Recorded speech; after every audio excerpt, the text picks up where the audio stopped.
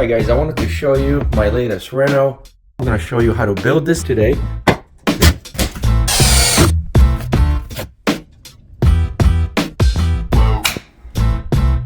And more importantly, the niche that I just built inside the wall.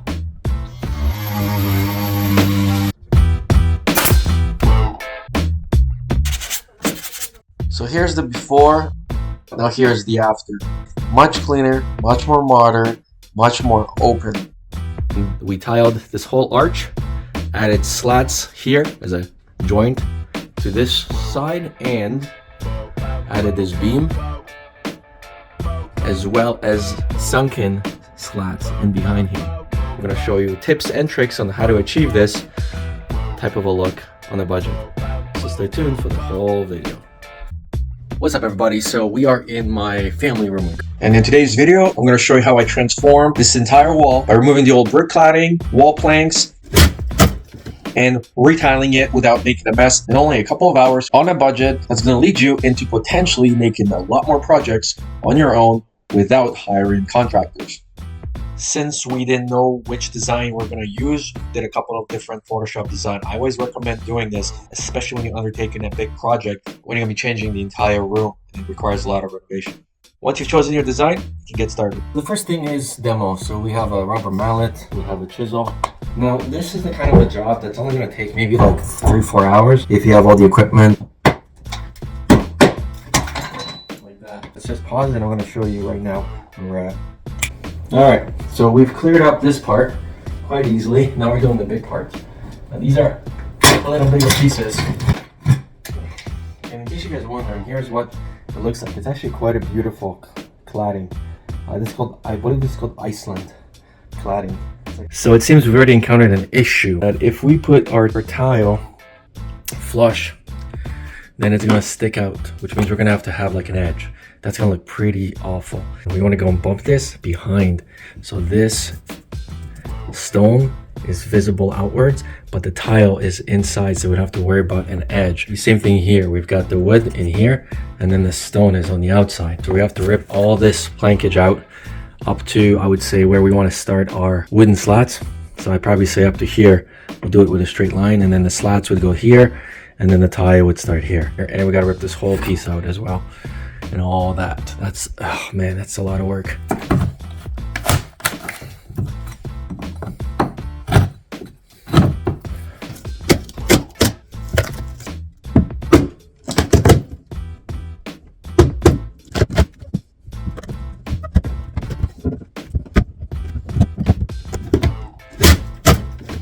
One piece done. You can see we're going all the way down to the studs. There we go. We are about almost 3/4 done. We're stopping here. So from here on, it will be tiles. And then the first wooden slat is going to start right in front of the tile. But the tiles now get to be bumped against this, straight through and hidden behind here. We're going to go and continue all the way, and then we got to rip all of that out. So we removed this whole section, and I realized that we also have to build in this section here, right? So that's what I'm cutting in right now. So I just cut a little piece, and then we're gonna screw all these in, see? And then we're gonna do a light patch, and then we're gonna apply our wallpaper.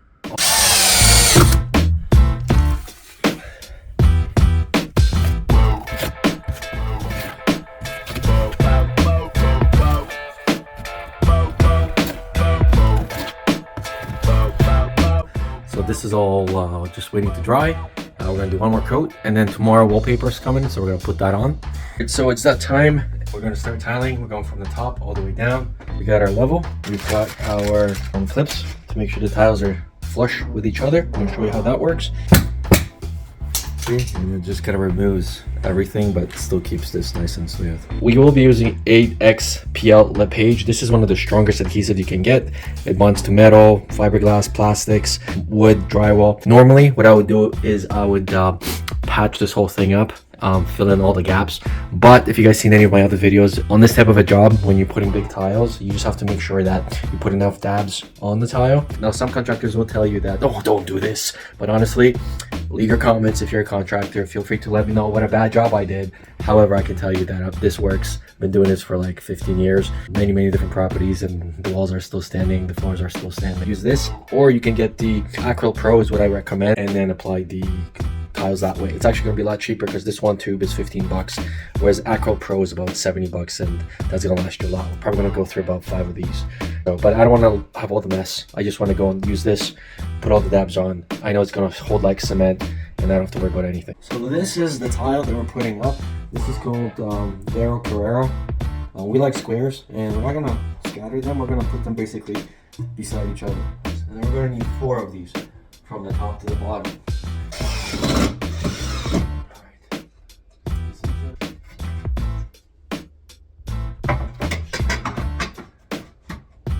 Let's go put our glue on. All those little dots are the PL8X. So that's about as much as you want. Again, if you had Acryl Pro, you just grab a trowel and go this way. Now, grab this. And we just move it. Now we're gonna add these. You put these on all corners. So you put 2, 2, 2, 2, but we're not gonna put any there. You take a little bit of glue on the inside, and then this slides in towards the end here and towards the front here. So we're gonna do it like that. There we go, nice. So we got all of those on, and now we're gonna remove those 2 screws, place the next tile, put the screws underneath so this has something to rest on, and continue.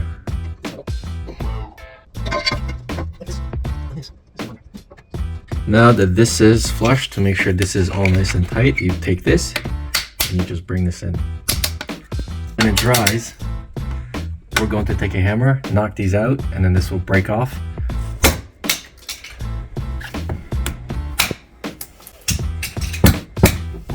See, and it just kind of removes everything, but still keeps this nice and smooth.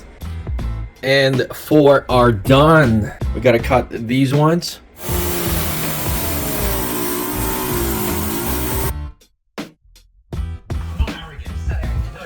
Perfectly flush. And now the piece of wood is gonna go overlap, and it's gonna be a perfect fit. Let's continue tiling above the arch, and we've screwed in a board to hold the tiles down as they're drying so they don't fall down. There we go. Press this in. Now you see that section here, how it dips on the inside? We're gonna go and pull this in, and when you do, this is going to bring this up. This is why these are crucial in tiling. Now we're gonna use the tool to tighten this even a little tighter. There we go. There we go. Perfectly flush. Alright, so the entire top arch is done. Everything is smooth, and it all looks really nice and clean. It opens up the whole room. So this side still needs the treatment of tile, wooden slats, and tile, like we did in the design. Alright, so here is the paper. It's got a grid on the back, so it's quite easy to cut with a ruler. They're about a 1/4 inch or so, maybe 1/2 inch apart. I've already pre-cut this one. We're gonna cut this in half, and we're gonna basically stick it all the way from the top, all the way to the bottom, but just like that 5.5 inch strip. That's why we're cutting this in half. Okay, so we've cut this in half. We're gonna go peel this, and it's pretty sticky, right? But some people say that it's not, so it really depends on the type of paper surface that you put on. If you put it on like an epoxy plastic, it's gonna be good. If you put it straight on drywall, if there is, you know, any dirt or onion on there, you may run into issues. So these 2 little plastic pieces that we're gonna use as a squeegee.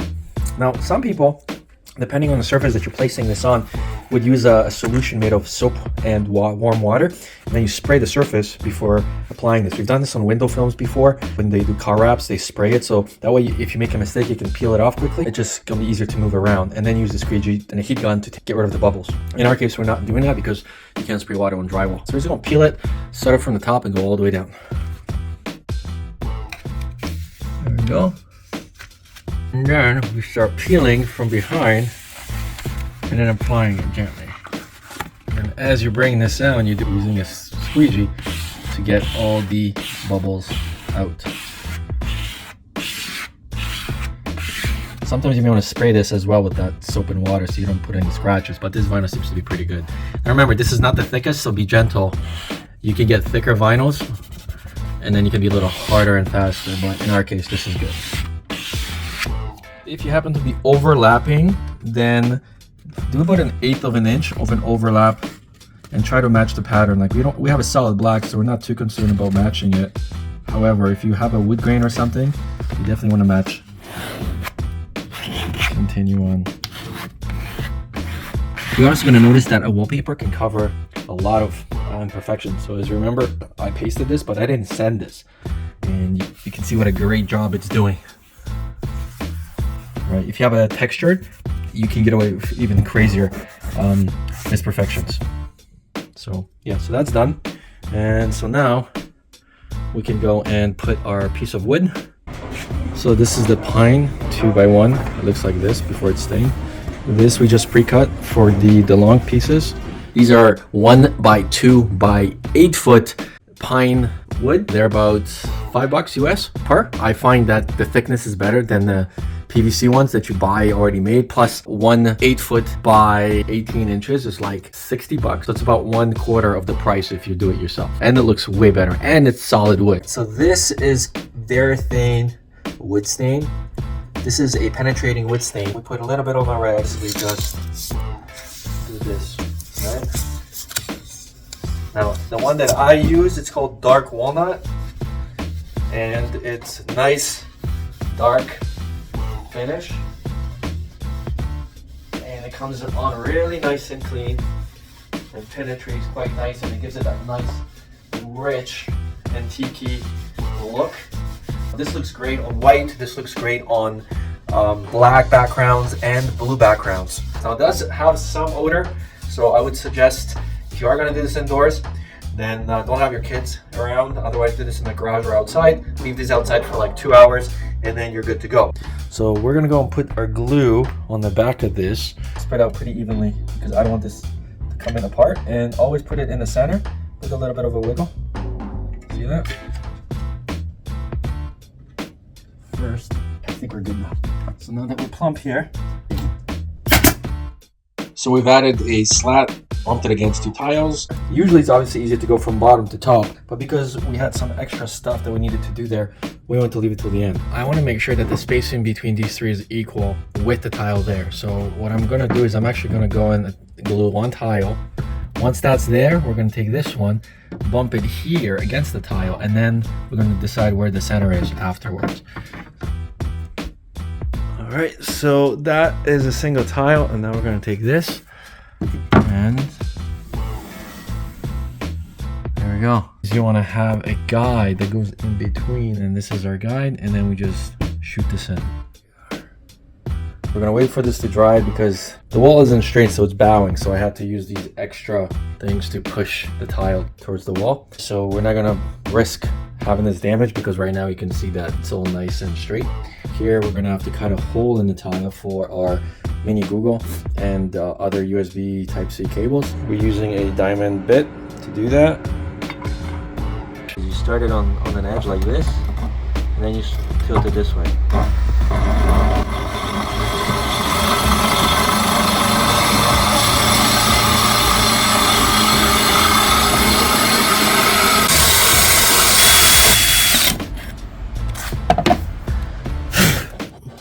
There we go, and it's in, flush, beautiful. You can see how it's in between these tiles. It came out pretty nice.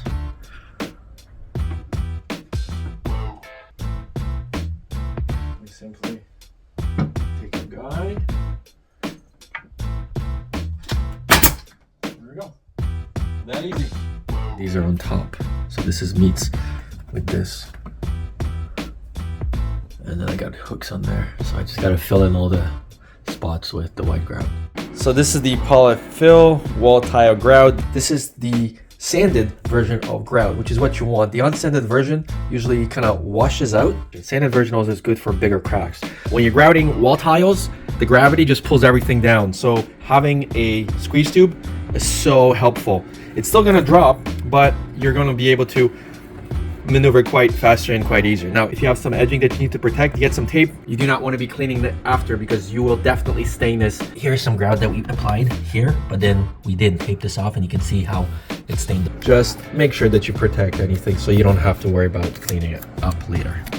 So let's go and cut this open and get our sponge ready. There are different markers for how thick you want the grout to come out. And then we're just gonna cut it on an angle. Don't cut a bigger hole that you need to, okay? There we go.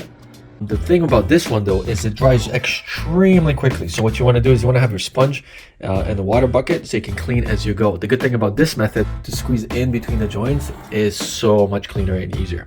We're going to start with these grout lines and then we just push and you can see it's coming in. Now depending on your joint, you may use less or more. We need to press this in. But remember, this dries quite quickly. Just have to press this in. And sometimes you may need to do more than one layer because when you press it in, it's gonna sink in behind, right? Also, don't wipe it right away. Give it about 2 minutes for this to dry and then you wipe over it. I would say you can do 2 or 3 of these lines before you need to clean up. Of course, other people will do it differently, but again, I'm doing this in a common method who may not have all the tools at their disposal. Now, poly does come in different colors as well, so don't worry. If you don't like white, you don't have to go with white. So it's actually quite easy to put into wall joints without making a mess. So if that's what you're looking for, then the poly is definitely your go-to. But you don't get a lot. That's the only concern with this. So it's expensive and you don't get a lot, but it's quite easy. Now it's even easier to do it on the floor because you're not even fighting gravity. So here you simply grab it and you go in between the joint. So easy, so quick. So this is a great item if you have perhaps some grout coming out, which I actually do right over here. Well, you see this tile here? You see how the grout kind of created holes? So you can very easily refresh, renew, or repair grout on tiles where grout has chipped away over time. Let's see the little holes like this. This is perfect for that purpose and you're not really making a big mess at all. And it dries quite quickly. After about 2 minutes, we're gonna grab a sponge. As you just gently rub over where the areas are on the grout. Do the other side to get the excess off. That's essentially how easy it is to grout. And you take a paper towel, wipe it clean, just make sure that you don't get anything out of the joints. And right away you can see how much of a difference grout makes versus no grout. Whether it's floor tile or wall tiles, this polyfill lip gauge tube is absolutely great for small jobs. So this one tube is going to do all this and it's going to fill in little cracks that may have chipped away over time. So do I recommend this? Absolutely, I recommend this. Once the grouting is done, we're going to remove this piece that's holding up the tiles from falling when we're gluing. Here again is a piece of pine that we've started to treat with a stain, same stain that we used for the wall slats. Once it's ready, let's attach it in place. And then we're going to tackle the side niche.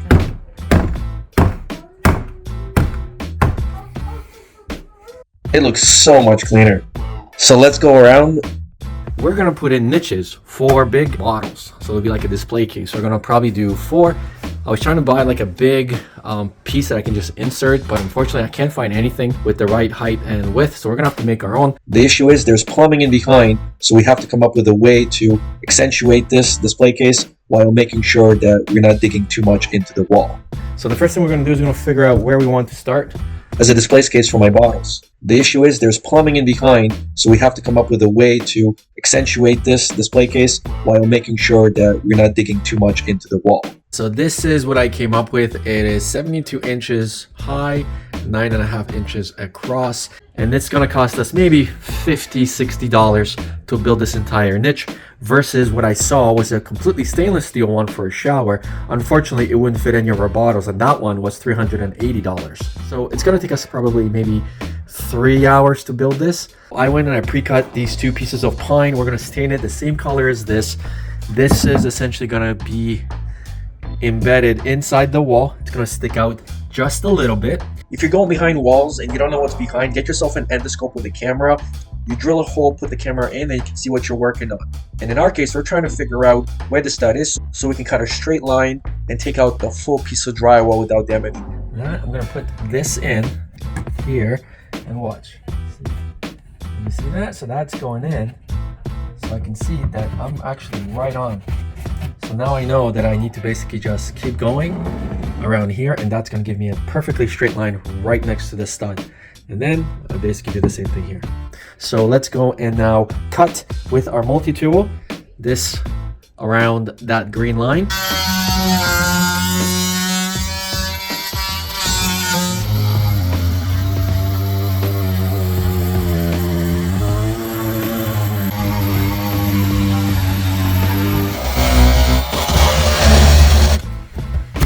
All right. Oh, there we go. Nice. The whole thing came out. Oh, and actually, it's not plumbing. It's the HVAC that's in here. I did not even know. I thought that was plumbing. There we go.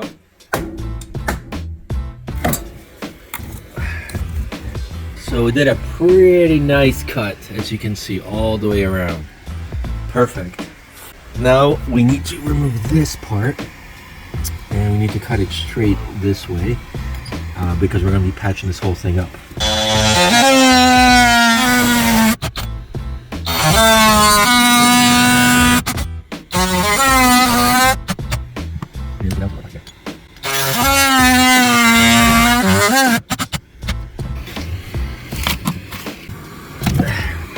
So here's our cutout.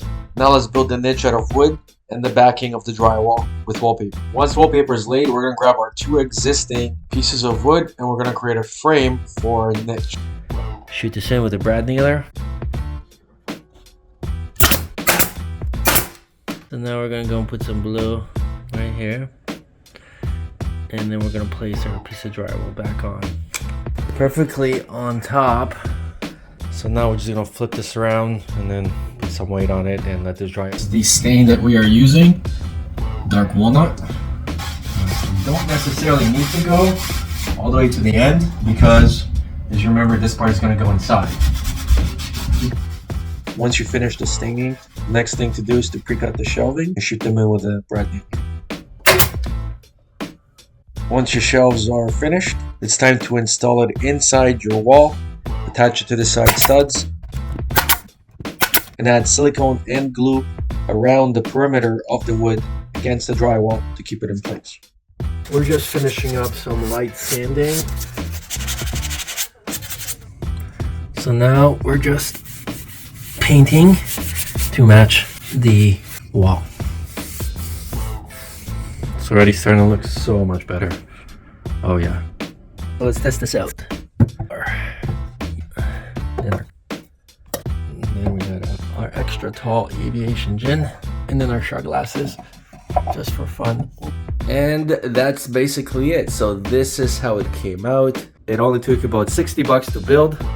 This also came out super amazing, especially after it's all grouted. The room feels modern, clean, trendy, honestly timeless. If you guys are interested in more renovation videos, make sure you subscribe and like, and then I'll see you guys on the next one.